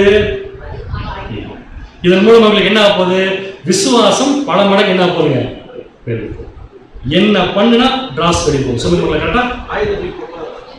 என்ன பண்ணா டிராஸ் வெளியே போகும்? உருக்குனா உருக்கி அது என்ன பண்ணணும்? தனியா இருக்கு. உருக்காம டிராஸ் என்ன ஆகாது. அப்ப தேவன் யாரை உருக்க போறார்? எப்படி உருக்க போகிறார்? சகரியா 14ஆம் அதிகாரம் 2ஆம் வசனம். சகரியா 14ஆம் அதிகாரம் 2ஆம் வசனம். எருசலேமுக்கு விரோதமாக யுத்தம் பண்ண சகல ஜாதிகளையும் கூட்டுவேன். இப்ப சொல்லுங்க என்ன ப்ராசஸ்? உருக்கி களிம்ப வெளியே எடுக்கிற ப்ராசஸ். எருசலேமுக்கு விரோதமாக யுத்தம் பண்ண சகல ஜாதிகளை என்ன பண்ணுவேன்? கூட்டுவேன். நகரம் பிடிக்கப்படும், வீடுகள் கொள்ளையாகும், ஸ்திரீகள் அவமானப்படுவார். இந்த ஒரு வசனத்துல விளக்கத்தை பார்த்தா எனக்கு புரிஞ்சுது. அவ்வளவுதான். சோ உருக்குற ப்ராசஸ் எப்படி நடக்க போகுதுன்னா, ஒரு யுத்தம் வரப்போகுது அப்படின்னு படிச்சிட்டோம். அந்த யுத்தத்துல என்ன ஆக போகுது? நகரம் பிடிக்கப்படும், வீடுகள் கொள்ளையாகும், ஸ்திரீகள் அவமானப்படுவார்கள். இது சந்தோஷமா சொல்ல வேண்டிய விஷயமா, துக்கமா சொல்ல வேண்டிய விஷயமா? அது நமக்கு சந்தோஷம், அவங்க அவங்களுக்கு துக்கம். ஒரு துக்கத்தை யாராவது பாட்டா பாடுவாங்களா? சோக பாட்டு பாடுறான்னு சொல்லி பைபிள்ல சோக பாட்டுலாம் கிடையாது. துக்கத்தை அவங்க பாட்டா பாடுற மாதிரி இருக்கு. ஆனா இந்த பாட்டு அவங்க எப்ப பாடுவாங்கன்னா, ஜெயிக்கும் போது பாடுவாங்க. எப்படி பாடுவாங்கன்னா, எப்படி தேவன் சூப்பரா உருக்குனாலும் நினைச்சு பாடுவாங்க. நம்ம கூட அப்படித்தானே, நம்ம நல்ல மெச்சூரிட்டி வந்து வச்சுக்கோங்க. கேரக்டர்ல பழைய லைஃப் நினைச்சு பார்க்கறது எப்படி இருக்கு? நமக்கு எப்படி இருக்கும்? எப்படி என்ன அடி கொடுத்து தெரியுமா தேவனை கூப்பிட்டு வந்தாரு? சொல்ற மாதிரி அதே மாதிரி அப்படிதான் வருது நமக்கு. சோ இந்த பாட்டை இஸ்ரேல் ஜனங்கள் தான் பாட போறாங்க. அப்படி பாட போற இஸ்ரேல் ஜனங்கள் இந்த பாட்டை பாடணும்னா அவங்களுக்கு ஒரு முன் அனுபவம் இருக்கும். கண்டிப்பா என்ன முன் அனுபவம்? எல்லா நாடுகளும் படையெடுத்து வரும்போது ஜெயிச்சிருவாங்கிற நம்பிக்கை வரணும்னா அவங்களுக்கு ஜெயிச்சிருவாங்கிற நம்பிக்கை கொடுக்குற ஒரு முன் அனுபவம் தேவை. எல்லாரும் வந்தாலும் நாங்க ஜெயிப்போம் அப்படிங்கிற முன் அனுபவம் தேவையா இல்லையா? இப்ப நமக்கு இருக்குல்ல, எத்தனை பேர் எடுத்தாலும் பாதி பேர் பதிலே வரலாம். எத்தனை பேர் எடுத்தாலும் என்ன பண்ணிடுவோம்? இதை நம்ம எங்க கத்துக்கிட்டோம்? நம்முடைய கடந்த கால. இப்ப எல்லாம் முடிச்சு தேவன் நம்மளை கூப்பிடும் போது அன்னைக்கு நமக்கு நடந்த அந்த ப்ராசஸ் நமக்கு சந்தோஷத்தை கொடுக்குதா இல்லையா? அதே இஸ்ரேல் ஜனங்கள் கடைசி காலத்துல பாடுவாங்க. ஆனா அந்த பாட்டினுடைய உற்சாகம் ஆனந்தம் எங்க வரப்போகுதுன்னா அவங்க வாழ்க்கையில் அவங்க சந்ததியில் நடந்த சம்பவங்கள் இருந்தா வரப்போகுது. அப்படின்னா எல்லா நாடுகளையும் யுத்தம் பண்ண தேவன் கூப்பிட போற அந்த ப்ராசஸ் ஏற்கனவே இஸ்ரேல் தேசத்துல நடந்திருக்கு. அதை நினைச்சு பாருவாங்க. ஏற்கனவே இஸ்ரேல் தேசத்துல நடந்திருக்கு. எத்தனை பேர் எதிர்த்து வந்தாலும் நாங்கள் தான் ஜெயிப்போங்கிற நம்பிக்கையை தேவன் அவருக்கு பல தடவை என்ன பண்ணிருக்காரு. இப்ப சொல்லி பார்க்கலாம். ஒரே ஒரு சம்பவம் பைபிள் எடுங்க. அந்த சம்பவம் இஸ்ரேலுடைய வாழ்க்கையில ஒரு மிகப்பெரிய ஒரு உருக்கக்கூடிய ஒரு ப்ராசஸ் நடக்கிற விஷயமா இருக்கும். அதே விஷயம் தான் உலகத்தின் கடைசி காலத்தில் நடக்கும். உலகத்தின் கடைசி காலத்தில் என்ன நடக்கும் போது இஸ்ரேல் தேசத்துக்கு விரோதமா யுத்தம் பண்ண சகல ஜாதிகளையும் கூட்டி வைக்கிற மாதிரி தேவனே இதுக்கு முன்னாடி நிறைய பேர் என்ன பண்ணிருக்காரு, கூட்டி கொண்டு வந்திருக்காரு. கூட்டி கொண்டு வந்து இந்த ஜனங்கள் மணி நிறுத்தி அவங்க சுத்தப்படுத்தி ஜெயிக்க வச்சிருக்காரு. எக்ஸாம்பிள் எசேக்கியா ராஜா. என்ன ஆச்சரியம்னா எசேக்கியா ராஜாவை பத்தி பைபிள் எத்தனை இருக்கு? அவருடைய வெற்றி பத்தி யார் மயந்துறாங்க? யார் மயந்துறாங்க? 5 இடத்துல. ஒரு சம்பவத்தை தேவனுக்கு 5 இடத்துல வைக்கணும். ஏன் தெரியுமா? பிற்காலத்தில் இந்த ஜனங்களை எடுத்து படிக்கணும். படிச்சு அவங்க யாருக்கு என்ன பண்ணிக்கணும் தெரிஞ்சுக்கணும். எங்க தெரியுமா? 2 ராஜாக்கள் 18ஆம் அதிகாரம் 19ஆம் அதிகாரம், 2 நாளாகமம் 32ஆம் அதிகாரம், ஏசாயா 22ஆம் அதிகாரம், ஏசாயா 37ஆம் அதிகாரம், ஏசாயா 33ஆம் அதிகாரம். இதெல்லாம் தேவன் பைபிள்ல கொடுத்துக்கிற ப்ரூஃப். எதுக்காக தெரியுமா? எத்தனை பேர் உன்னை எதிர்த்து நின்னாலும் நீ மட்டும் சுத்தமானினா உன்னை என்ன பண்ணிடுவேன்? ஜெயிக்க வைப்பேன். இது மட்டும்தான் ப்ரூஃப் நினைக்கிறீங்களா? இன்னொரு ப்ரூஃப் தேவன் உலகத்திலே கொடுத்திருக்காரு. இந்த ஜனங்கள் அந்த ப்ரூஃபை பார்த்து பார்த்து சந்தோஷப்பட்டு பாட்டு பாடுறாங்க. அந்த ப்ரூஃப் என்ன தெரியுமா? லண்டன் மியூசியத்தில் இருக்கக்கூடிய செனகரிப் எழுதின கல்வெட்டு இன்னும் இருக்கு. பிரிட்டிஷ் மியூசியத்துல இன்னும் இந்த கல்வெட்டு இருக்கு. இதுக்கு பேரு 6 sided சிலிண்டர், ஹெக்ஸாகனல் ஷேப்ல ஒரு கல்வெட்டு. அந்த கல்வெட்டுல செனகரிப் எழுதியிருக்காரு. செனகரிப் அதிகாரு ராஜா. அவர் எசேக்கியாவுக்கு என்ன ஆகும்? அவர்தான் எசேக்கியாவுக்கு எதிராக தேவன் அனுமதித்து படையெடுத்து வந்தவர். தோத்து போனவர் என்ன பண்ணிருக்காருன்னா சாகரத்துக்கு முன்னாடி ஒரு கல்வெட்டு எழுதியிருக்காரு. அந்த கல்வெட்டு இன்னைக்கு வரைக்கும் பிரிட்டிஷ் மியூசியத்துல ஏன் வைத்து பாதுகாக்கப்பட்டிருக்குன்னா நீ பைபிளையும் பாரு, போய் மியூசியத்தையும் பாரு, நீ தான் ஜெயிப்ப அப்படிங்கிறது புரிஞ்சுக்கோ. அப்படிங்கிற அஷூரன்ஸ தேவன் யார் கொடுத்துருக்காரு? இஸ்ரேல். என்ன ஆச்சரியங்களா? எசேக்கியா ராஜாவுடைய கேஸ்லயும் சரி, இந்த உலகத்தின் கடைசி காலம் நடக்க போற கேஸ்லயும் சரி, ரெண்டுலயுமே இஸ்ரேல் தேசத்துக்கு எதிராக வரக்கூடிய எதிரி ரொம்ப கான்பிடண்டா வருவான். என்ன கான்பிடன்ட்? எப்படி பண்ண முடியலாம்? ஜெயிச்சிடலாம். அது கமெண்ட் ரொம்ப அழகா கொடுத்திருக்காங்க. In both cases, the enemy surrounds Jerusalem. முற்றுகை போடும். Surrounds Jerusalem in confidence. பயங்கரமான கான்ஃபிடன்ட்ல வருவாங்க. என்ன பண்ணிட முடியும் உங்களால அப்படிங்கிற ஒரு கான்ஃபிடன்ட்ல வருவாங்க. That he will capture the city with ease. ease எளிதா இந்த சிட்டி என்ன பண்ணிடலாம், புடிச்சதா நினைச்சு வருவாங்கம்மா. அப்படித்தான் செனகரிப்பு வந்தா, அப்படித்தான் உலக நாடுகள் வரப்போகுது. உலக நாடுகளுக்கும் செனகரிப்பு என்ன தெரியாதுன்னா இது தேவன் அவங்க சுத்தப்படுத்துற ப்ராசஸ் என்னாகாது தெரியாது. ஆனா யாருக்கு தெரியும்? யாருக்கு தெரியும்? இஸ்ரேல் ஜனங்களுக்கு தெரியும். அந்த இஸ்ரேல் ஜனங்கள் இந்த ப்ராசஸ் நடக்கிறப்ப அது முடிஞ்சதுக்கு அப்புறம் என்ன பண்ணுவாங்கன்னா இந்த ப்ராசஸ் நினைச்சு என்ன பண்ணுவாங்க? பாட்டு போடுவாங்க. அந்த பாட்டு தான் இப்படி படிச்சுக்கிற சகரியா 14ஆம் அதிகாரம் 1ஆம் வசனம் 2ஆம் வசனம். புரியுதா உங்களுக்கு? ரைட். இப்ப சொல்லுங்க, என்ன ஆச்சு செனகரிப்பு வந்தப்ப? செனகரிப்பு வந்தப்ப என்ன ஆச்சு? எசேக்கியா ராஜா பிரேயர் பண்ண, கடைசியாக பிரேயர் பண்ணாரு. உடனே பிரேயர் பண்ண மாட்டாங்க. கடைசியா வழி இல்லாம இருக்கிறப்ப என்ன பண்ணுவான்? பிரேயர் பண்ணுவான். அந்த வழி கொண்டு வர பாஸ் இருக்குல்ல, அதான் சுத்தப்பட்டது. என்ன பண்ண தெரியுமா? எசேக்கியா தேவனிடத்துல அவ்வளவு விசுவாசமா இருந்த எசேக்கியா தன்னுடைய பொருட்களை எதிரியை கொள்ளைய வைக்கல, தானே கொள்ளை கொடுத்தார். புரிஞ்சா புரியும்? என்னெல்லாம் கொடுத்தார்? பனிமுட்டுகள், தங்கம், வெள்ளி, ஆடு, மாடு, ஸ்திரீகள் கொடுத்துக்கலாம். ஜனங்களை கூட என்ன பண்ணிக்கலாம்? கொடுத்துக்கலாம். சாகடிக்க வச்சிருக்கலாம் ஜனங்களை. இழப்பு தானே. அப்ப எசேக்கியா ராஜா என்ன பண்ணிட்டாருன்னா, தன்கிட்ட இருக்கிற எல்லாத்தையும் எடுத்து யார்கிட்ட கொடுத்தாரு? செனகெரிப். இப்ப இஸ்ரேல் தேசம் வந்து ஒரு பொருள் என்ன ஆயிடுச்சு? கொள்ளையாயிடுச்சு. இப்ப கொள்ளையான பொருள் என்ன ஆகும்? திருப்பி தேவன் கொள்ளையடிச்சு இவங்களுக்கு கொடுத்து இவங்க என்ன பண்ணி சொல்லுவாரு? எதுக்கு இந்த ப்ராசஸ்? இன்னும் எசேக்கியா என்ன இல்லை? சுத்தமா. எசேக்கியா எப்ப சுத்தமானாரு? எல்லாத்தையும் கொடுத்து முடிச்சு. அப்படி சொல்லணும். எல்லாத்தையும் கொடுத்தாச்சு. இனிமேல் செனகெரிப்பு கொடுக்கிறதுக்கு ஒண்ணுமே இல்லை. இப்பதான் யார் ஞாபகத்துக்கு வருது? அப்ப தேவன் ஞாபகத்துக்கு வரணும். என்ன ஆகணும்? எல்லாமே போகும். இப்ப ஏன் நம்ம இருந்து எல்லாம் போகுது? மட்டும் பதிலே வரவே. ஏன் நம்ம இருந்து எல்லாம் போகுது?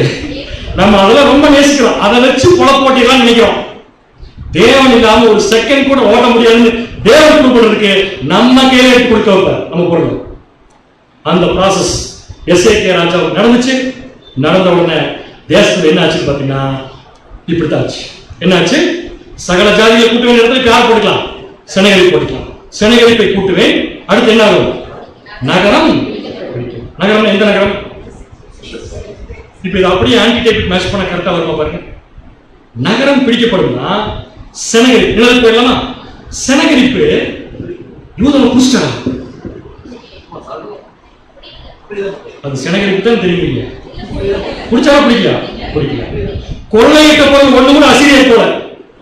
இது அடிஷனல் இன்ஃபர்மேஷன் இருக்கு. செனகெரிப் தேச என்ன பண்ணல. ஆனா இங்க போட்டிருக்க நகரம் பிடிக்கப்படுங்க. இங்க போட்டிருக்க பிடிக்கப்படுற அப்படிங்கிற வார்த்தை சரியான மொழிபெயர்ப்பு அல்ல. இந்த வார்த்தைக்கு என்ன வார்த்தை வந்திருக்குன்னா, கன்கரன்ஸ் போட்டிருக்கேன். shall be taken. அதான் தமிழ்ல நகரம் பிடிக்கப்படும். அந்த பிடிக்கப்படுங்கிற வார்த்தை தான் shall be taken. அந்த shall be takenங்கிற ஹீப்ரு வார்த்தையுடைய ஆங்கில meaning in a net, in a trap or a pit. என்ன அர்த்தம் இருக்கு? நெட்னா வலை, ட்ராப்னா கரெக்ட். பொறி இந்த பொறி ரொம்ப ஸ்பீடா தலையாடு எலிவடிக்கிற பொறி அப்படின்னு என்ன அர்த்தம்? உன்னை ஒருத்தர் டச் பண்ண முடியாது, ஆனா உன்னை சுத்தி என்ன பண்ணிடுவாங்க? புரியுது உங்களுக்கு? செனகெரிப் பீரியட்ல, எசேக்கியா ராஜா பீரியட்ல செனகெரிப் வந்தாரு. வந்து தேசத்துக்குள்ள போக முடியல, முற்றுகை தான் போட முடியும். அதே மாதிரிதான் கடைசி காலத்துல உலக நாடுகள் இஸ்ரேல் தேசத்தை டச் பண்ண முடியாது, ஆனா என்ன பண்ணலாம்? எதுக்காக? அவங்க விசுவாசத்தை பெருக்கிறதுக்கு. அப்ப இந்த ப்ராசஸ் எப்ப நடக்கும்? அவங்க விசுவாசம் பெருகிறதுக்கு முன்னாடி நடக்கும். அப்படின்னா எசேக்கியா ராஜா செனகெரிப் கிட்ட எப்படி மாட்டினாரு? நெட்டு, டிராப், பிட்டுனா குழி. சரியான விஷயம் என்ன? இப்படி மாட்டினார். இதுக்கு ஒரு சென்டென்ஸ் புரியாது. பாட்டு பாடிடாது நீங்க. வசனம் ஏதோ சென்டென்ஸ் சொல்லிருக்கு. உள்ள இருக்கிற குருவியாது கிளி. உள்ள இருக்கிற கிளி யாரு? நிழல்ல எசேக்கியா. கூண்டி யாரு? இப்ப சொல்லுங்க,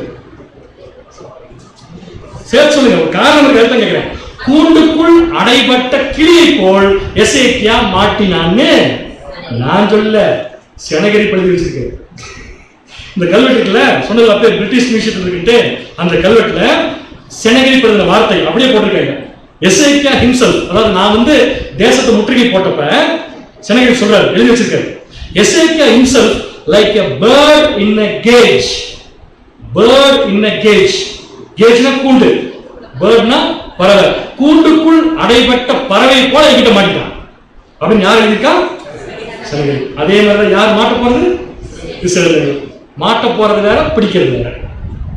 புரியுதா? இந்த கிளியை பிடிக்கல, கிளி என்ன பண்ணிருக்காங்க? இப்ப மாட்ட வச்சிருக்காங்க. இந்த கிளி எது வரைக்கும் மாட்டும்னா சுத்தமாக இருக்கும். அப்ப ஒருத்தர் என்ன பண்ண முடியாது, டச் பண்ண கூட முடியாது. நிழலையும் தேவன் ப்ரூவ் பண்றாரு, பொருளையும் தேவன் புரிய வைக்கிறார். சரி, அடுத்து என்ன நடக்கும்? நகரம் பிடிக்கப்படும். அப்புறம் என்ன நடக்கும்? பிடிக்கப்படும்னா கேப்சர், முற்றுகை போடப்படும். நெக்ஸ்ட், வீடுகள் கொள்ளையாகும், வீடுகள் கொள்ளையாகும், ஸ்திரீகள் ஆமாம் போடும். நிழல் நடந்துச்சா? நிழல் நிழல் எங்க நடந்துச்சு? எசேக்கியா ராஜாவை கொண்டு போய் என்ன பண்ணிருக்காரு? இதெல்லாம் கொண்டிருக்காரு லிஸ்ட் போற. அப்படின்னு நான் இல்லைங்க, பைபிளே இல்லைங்க, சொல்லுங்க அப்படின்னா செனகரிப்பு. எங்க சொன்னாரு? 6 சிலிண்டர் அந்த கல்வெட்டுல அழகா வச்சிருக்காரு. நான் மட்டும் அவன் கூண்டுக்குள்ள அடைப்பட்ட பிறகு பிடிச்ச உடனே அவன் ஆட்டோமேட்டிக்கா என் காலில் வந்து விழுந்தான். எப்படி விழுந்தானா, இத்தனை பொருள்கள் எனக்காக கொண்டு வந்தான். இந்த பொருள்கள் யாருக்கு சொந்தமானது? யாருக்கு சொந்தமான நிழல்ல? இஸ்ரேல் தேசத்துக்கு. இப்ப யாருக்கு போயிடுச்சு? இப்ப செனகரிப் கொள்ளையடிச்சாரா அல்லது எசேக்கியாவை கொண்டு போய் கொடுத்துட்டாரா? அப்ப கொள்ளையடிக்கிறது ஒண்ணுதான், நாவளை எடுத்து கொண்டு போய் கொடுக்கிறதும். எதிரிகளிடம் தப்பிக்கிறதுக்கு தங்கிட்டு இருக்கிற பொருளை பெருசா நினைச்ச எசேக்கியா ராஜா மாதிரியே தான் இன்னைக்கு இருக்கிற இஸ்ரேல் ஜனங்கள் தங்களுடைய திறமையை நம்பி ஜெயிச்சதா இருக்காங்க, நினைச்சிட்டு இருக்காங்க. ஆனா ஒரு காலம் அது நடக்காது. அதே சமயத்துல இவங்களை விட்டு அது போகவும் போகாது. எப்படி புரிஞ்சுக்கலாம் போக போகாதுன்னு? என்னதான் கொண்டு எசேக்கியா தன் பொருள்களை பூரா கொண்டு போய் செனகரிப்பு கொடுத்தாலும் அதுல ஒரு பொருள் கூட அசீரியாவுக்கு என்ன இல்ல போகல. அசீரியாவுக்கு போகலன்னு நான் ஏன் போட்டிருக்கேன்?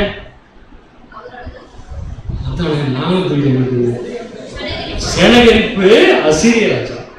ஒரு பொருள் கூட எசேக்கியா கொண்டே கொடுத்தும் அசீரியா போல. அப்படின்னு என்ன சொல்லுங்க?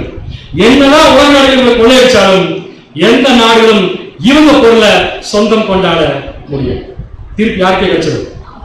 இப்ப சொல்லுங்க, எசேக்கியாவுக்கு எப்படி திருப்பி கிடைச்சது? ஒரு தூதன் வந்து எல்லாத்தையும் வாங்கி கொடுத்தாரு. 1,85,000 பேரை ஒரே நெட்ல ஒரு தூதன் கொண்டு என்ன பண்ணிட்டாரு? பொருளை பூரா அவங்களுக்கே கொடுத்தாரு. பொருளை பூரா அவங்களுக்கு கொடுத்து அவங்க என்ன பண்ணுவாங்க திருப்பி? அதுக்கு பேர் என்ன? பொருளை பூரா திருப்பி தேவை கொடுத்தாரு. அதுக்கு பேர் என்ன? கொள்ளை பொருள். இப்ப வசனம் சொல்லுங்க.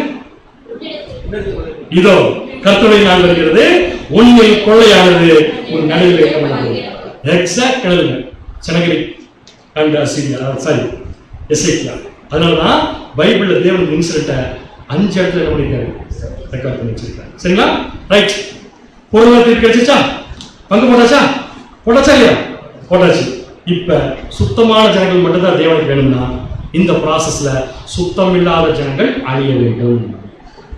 வாசிக்கலாம். சகரியாளர் நகரத்தாரில் பாதி மனுஷர் சிறைப்பட்டு போவார்கள். பாதி மனுஷர் சிறைப்பட்டு போவார்கள். மீதியான ஜனமும் நகரத்தை விட்டு அறுப்புண்டு போவதில்லை. இந்த மீதியான ஜனம் யார்? மீந்திருக்க பாதி மனுஷர் சிறைப்பட்டு போறாங்க. அவங்க யார்? அவங்க ஏன் சிறைப்பட்டு போறாங்க?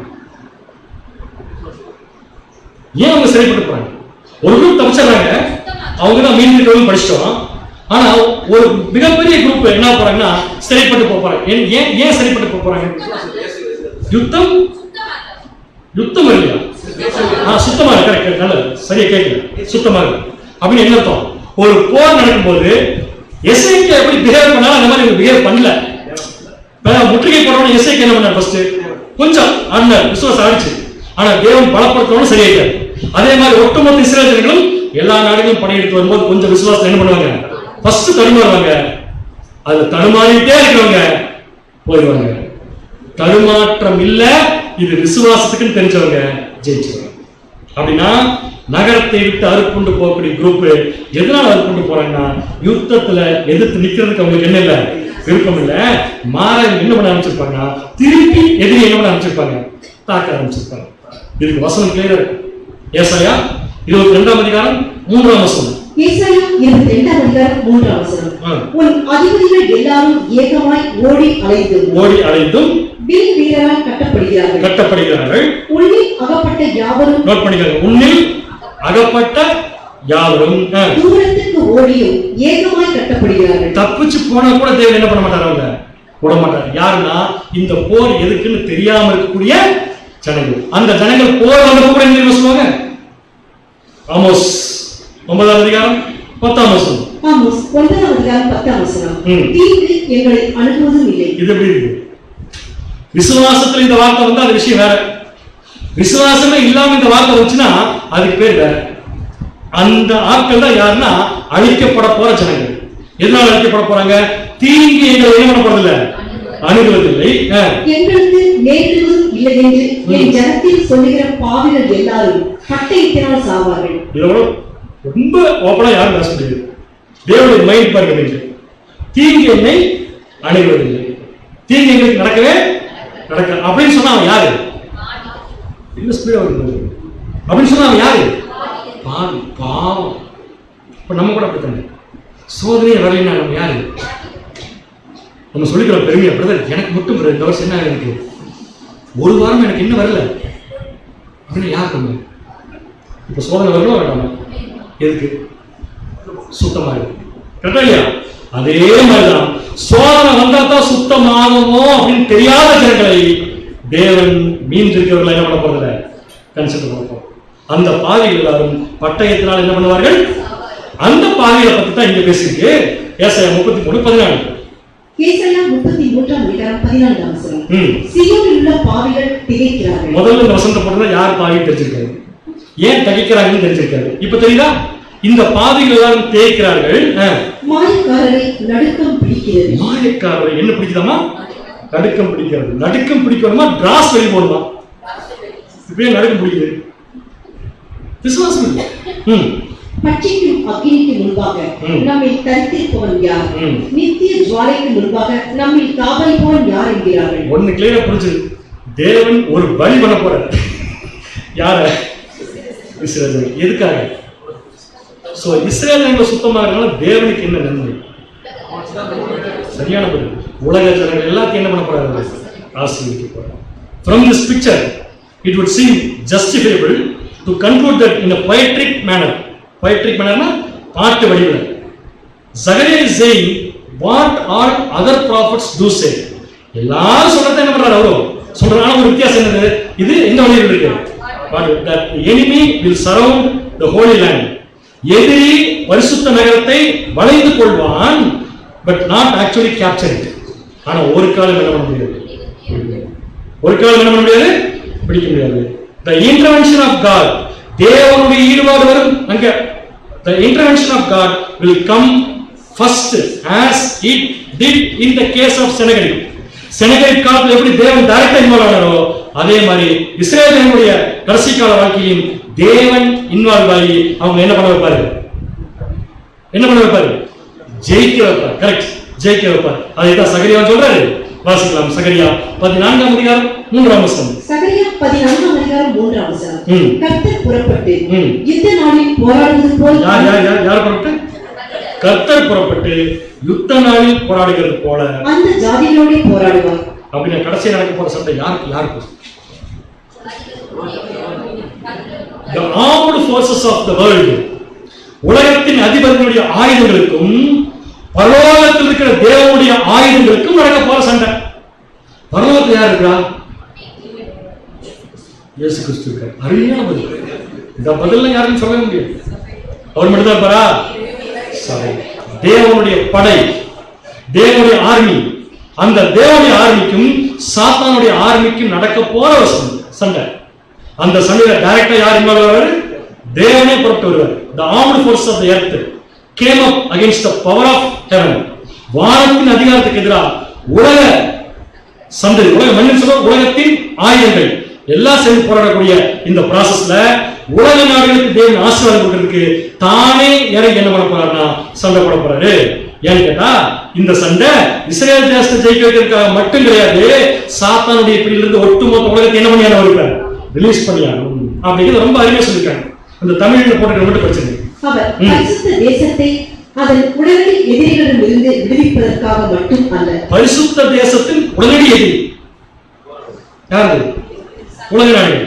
அவங்க கிட்ட மட்டும் விடுவிப்பதற்காக தேவன் வரல, எல்லா மனிதர்களையும் பெரும் எதிரிகளிடமிருந்து விடுவிப்பதற்காக வெளிவருகிறார். அது யாரு? எல்லா மனிதர், உலக ஜனங்கள். பெரும் எதிரிகள் யாரு?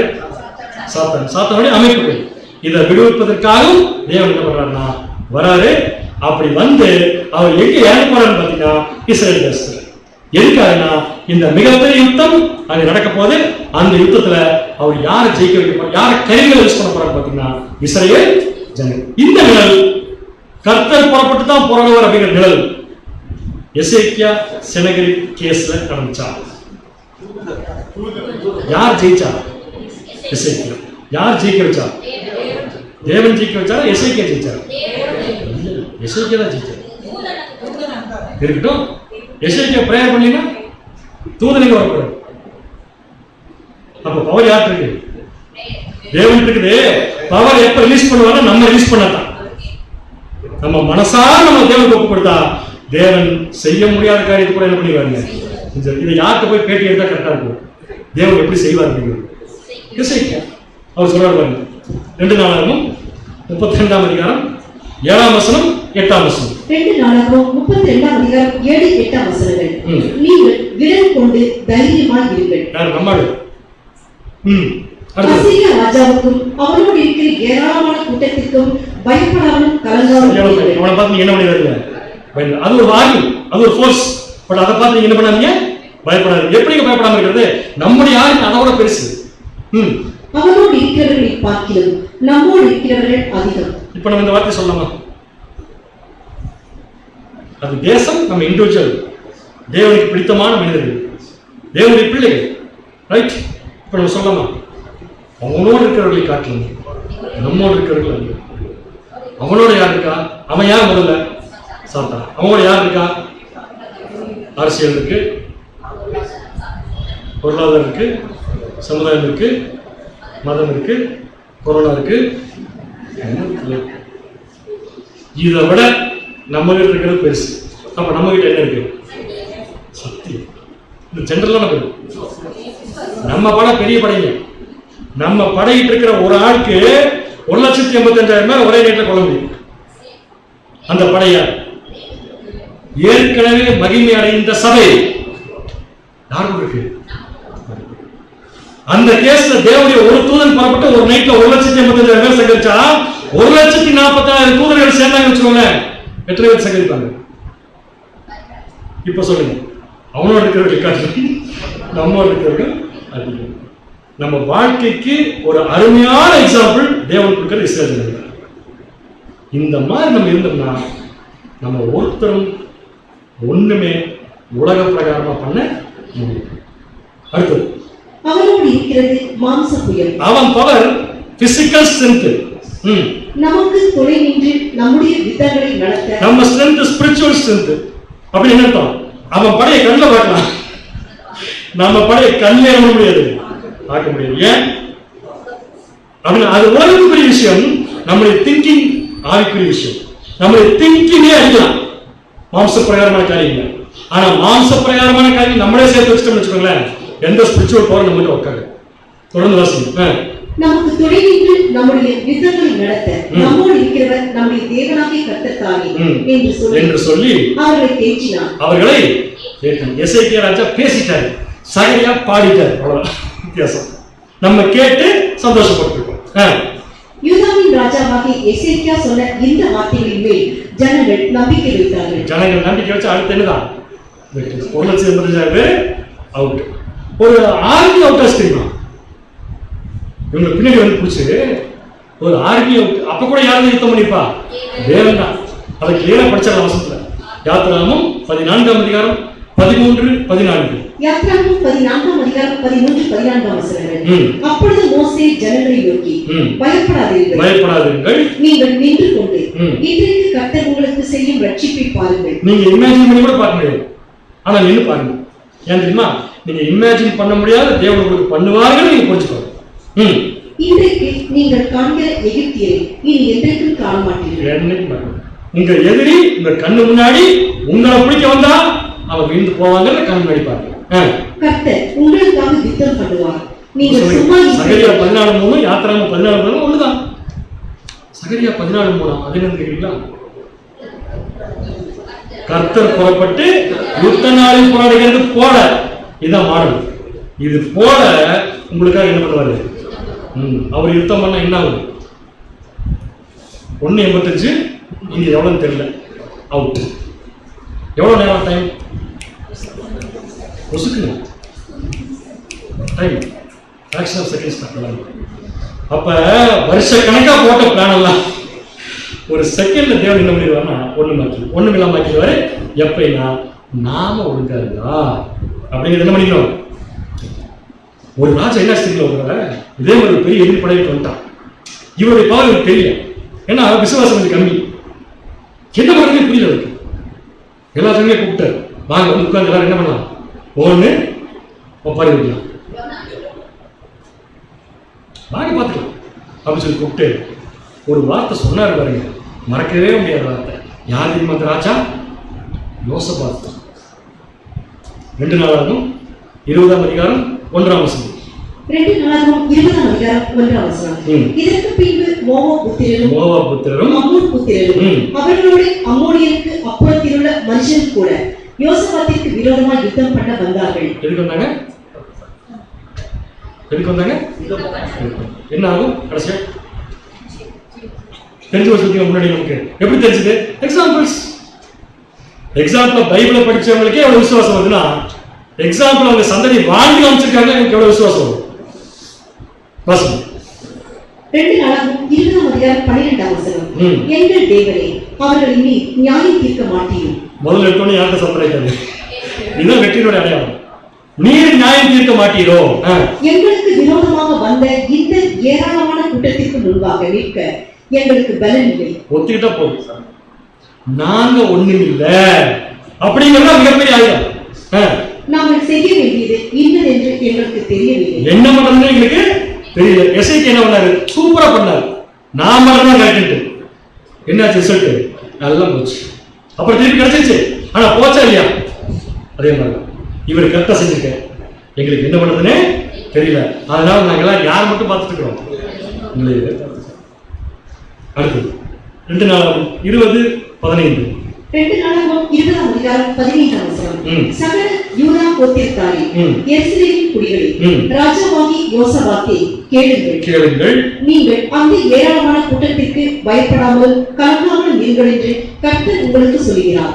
இந்த யுத்தம் உங்களுடையது அல்ல, தேவனுடையது. கடைசியில் நீங்க கேட்ட மாதிரி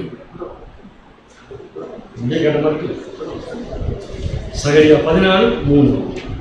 கர்த்தர் புறப்பட்டு யுத்த நாளில், இந்த யுத்த நாள்ல போராடுறது போல கடைசி காலத்துல என்ன பண்ணுவாரு?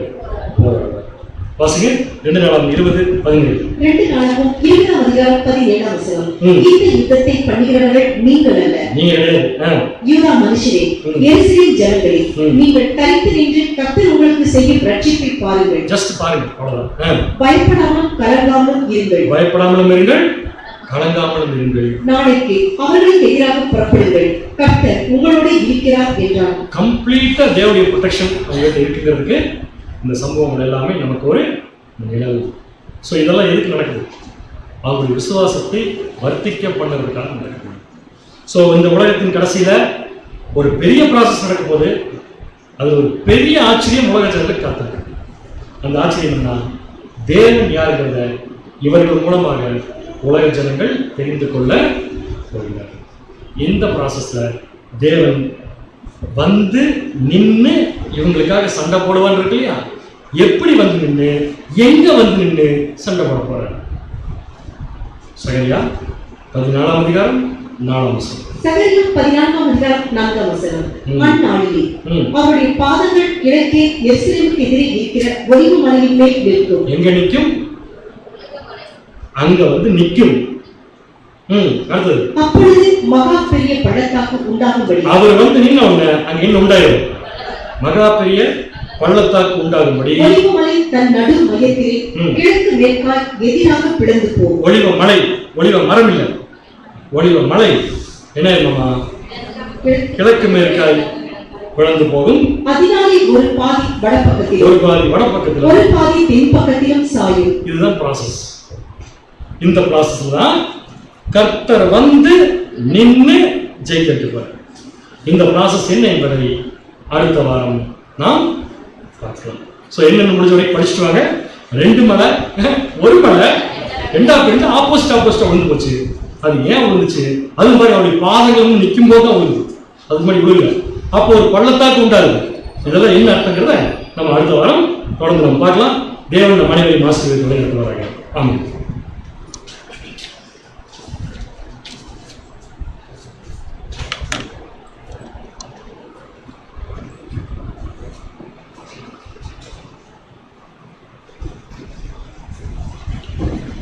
சத்தியத்தை உற்பத்திய பிதாவை நம்ம ஆண்டவராக இயேசு கிறிஸ்துவின் புதிய சோதனைகளை எடுத்துக்கொள்வோம். புது அன்பு